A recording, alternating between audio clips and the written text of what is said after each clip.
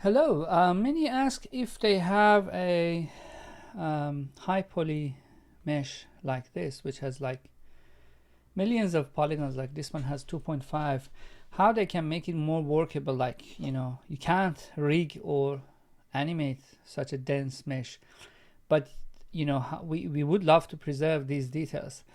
So this is the procedure we will go through. So like we make a low res version of the same mesh using Z-remesher in Zbrush, then UV map the low res in Maya, bring it back to Zbrush and project the details and export displacement map from Zbrush. And then at the end, we apply displacement map in Maya. So let's do all of that together. So this one is a 3 high resolution. I just duplicate this layer and rename that one to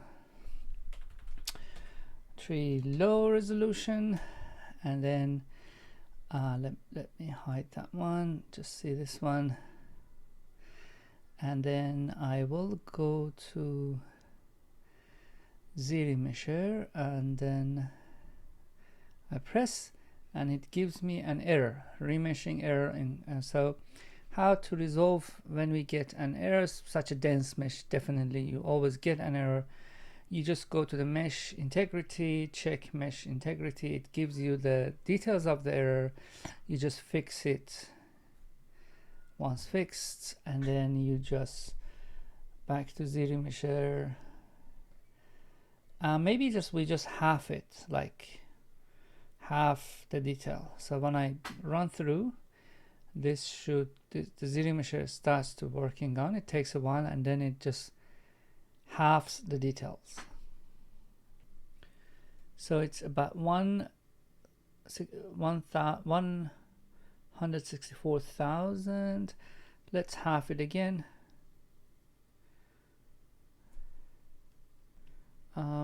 It's about 100,000 now. If I turn this on, it looks okay, but I would like to go even further. I half it again.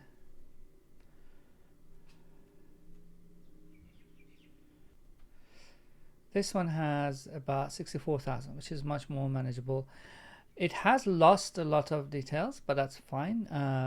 We will bring them back. So this one doesn't have UV. How do you know that? If you go to the UV map, they are grayed out, so it shows that it doesn't have a UV. So what I do, I just export this into Maya. So I have a Maya project here.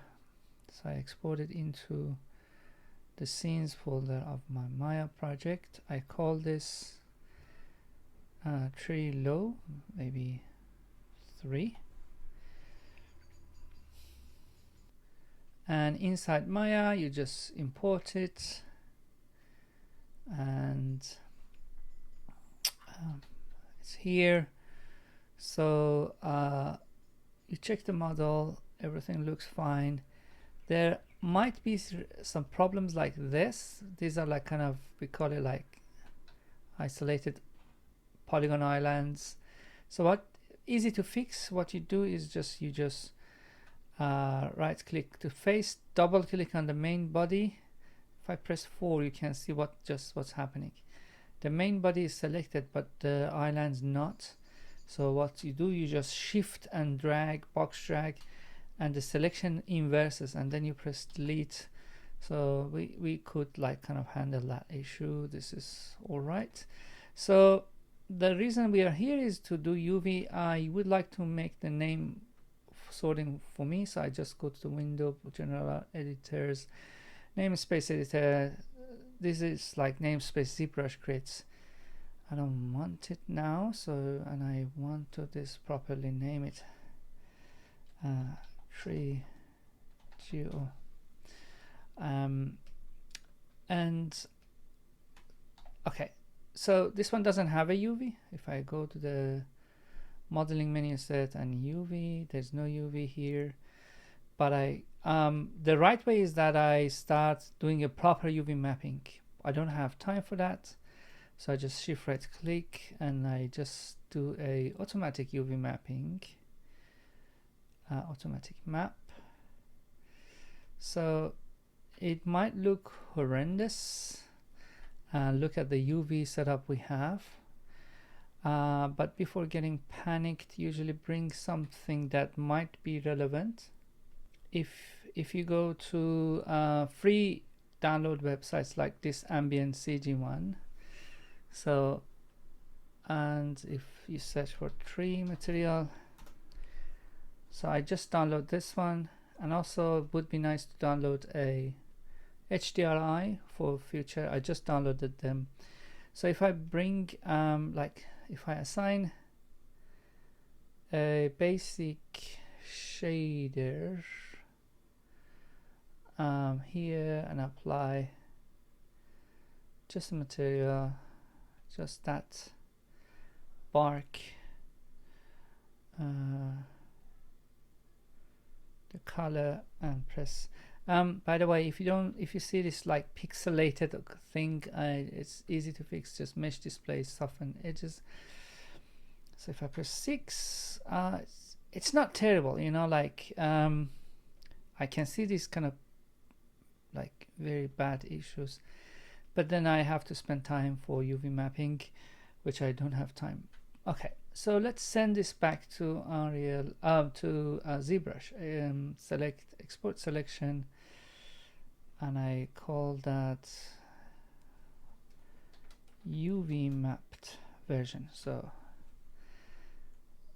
come to Zbrush. So you don't need to delete this. You can just easily replace it if you just click on this like low resolution layer and press import, and import the UV mapped one. So you see that it just gets updated. You check the UV map and you can morph UV. It looks like kind of a bit scary, but that's okay, don't worry. At least we have a UV. So we have two subtools, one high resolution, one low resolution. And for the low resolution, you can start creating like subdivision layers by going to geometry and divide. So at the moment is just this low resolution layer is just 64,000 as we created, but I want to make it look like few million polygons, so that I would be able to project the details of high resolution to low resolution. So what you do is just you press divide. So that's 256 divide 1 million divide 4 million. It's okay, nice. So I just have on my low resolution, because of subdividing it, I have 4 million polygons. So it has a lot of details. So while now everything is visible, you have to make sure that the high res is visible. I want to pull the project the details from high res original one, which didn't have UV, to this low res subdivided one, which has UV on it. So how you do that? You just go to the project and you just inside this subtool submenu, not remesh, project all.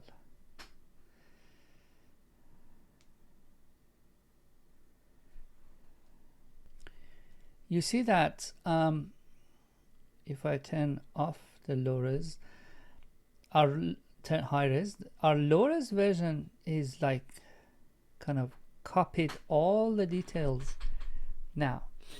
So what you want is that if you go to the geometry, and we are in subdivision 4, which is 4 million polygons. If I go back to subdivision 1, it has 64,000. It would be nice to do another projection here. Project all. So what would happen is that the very low res version, which is this one, also the details, a lot of like kind of silhouette details is nice there. If you look at the Maya one we just had, you see that like a lot of details was lost in the in the branches, but they are back here. This is the same polygon count. This is the same number of polygons, but like looks much nicer. So actually this is the mesh we will end up using. So I export this one more time. This is 3D low-res with UV from Zbrush, projected. Now it's time to export the displacement map. So you just go to the Z plugins, and then here you have a section called multi-map exporter. You have to do it once you are on this layer, which is low res, and also in low res subdivision, not in high res subdivision.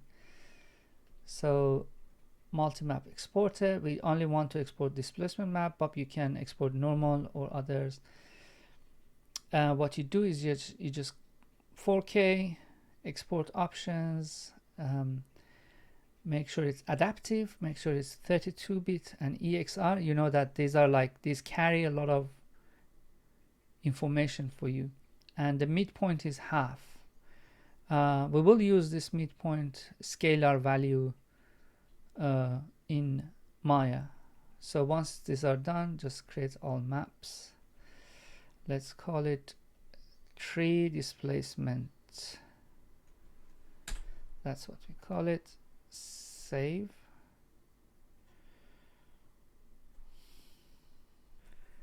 Exported. Let's go back to Maya. We will import it into Maya. This projected version 3.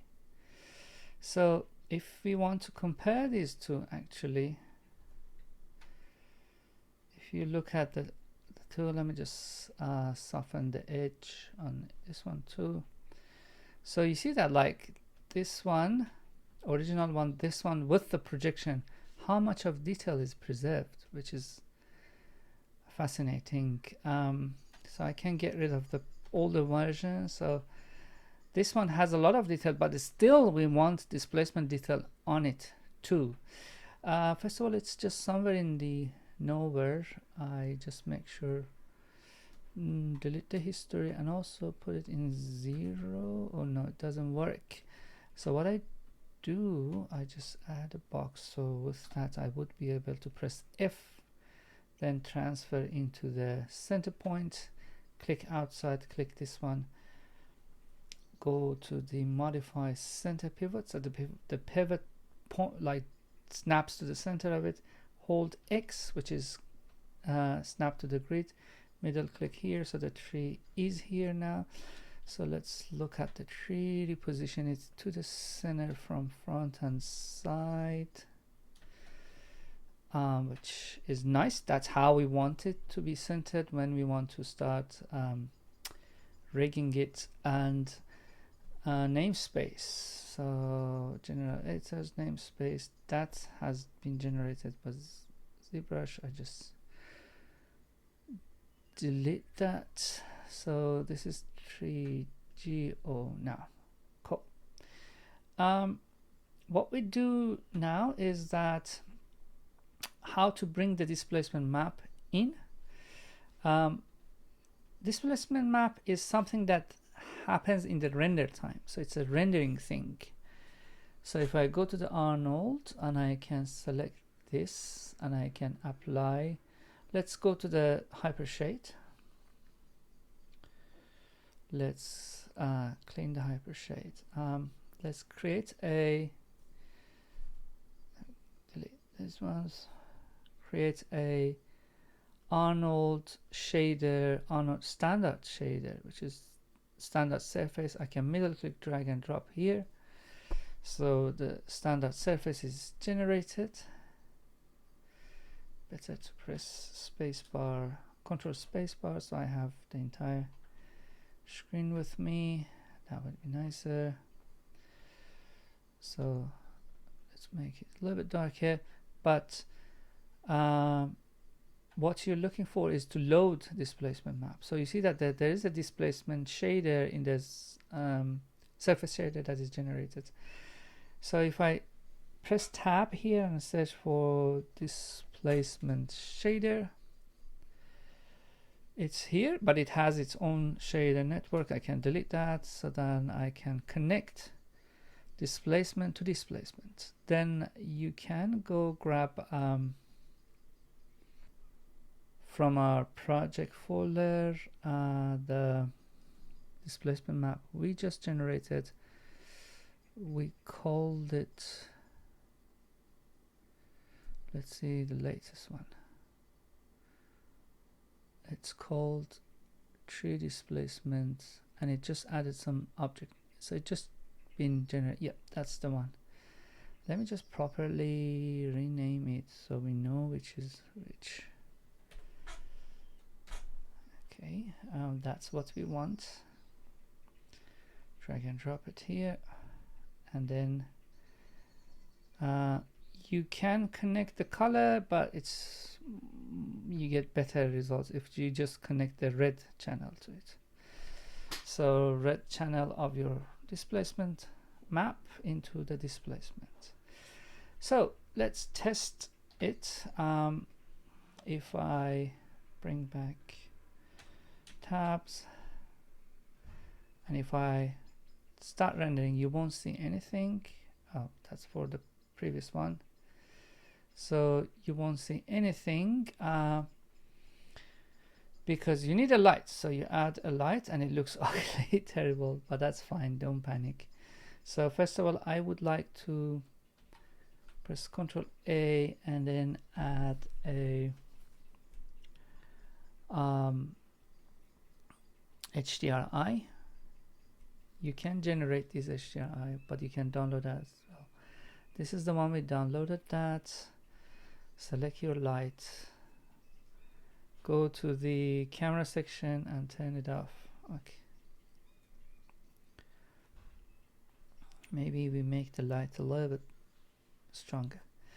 So why this looks like this? Because the scalar value here, if I select the tree and if I press load only them, okay, so you see that in the displacement shader the scalar value is, so if you in the Arnold section there is a scalar value 0, but it was half. Now you see it works, right? And you can even make it exaggerated, like 10, or 10 is too exaggerated, and all of that map starts to function. Maybe 3, that's closer to what we had, but still I think we have one more step to make it look nicer. You see that a lot of those details has been brought into Maya, and the one that I would like help us. So let me just take a snapshot of this so you would be able to compare. Let me just stop this and snapshot. Oh. Yeah, it's snapshot is taken. Okay, cool.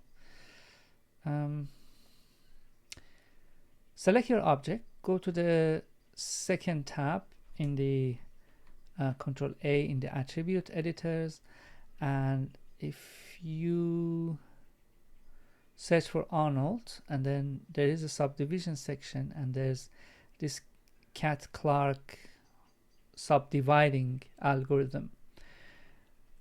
If you remember, in Zbrush we subdivided it 4 times. So this one, what this one says is that when the rendering is happening, subdivide the geometry 4 times, then render it, which gives you a better result. So if I render now again, actually I should run the rendering one more time. So this is the new result. If I take a snapshot, if you compare them, you get better results here. slightly better result here. Let's make the tree is not that specular. It's a bit opaque, and let's bring that very basic texture we were playing around with, that texture we downloaded.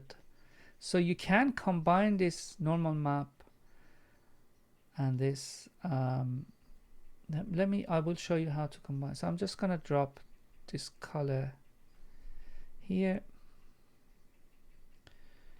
and I will assign this color to base color, and you see that it's not bad. It's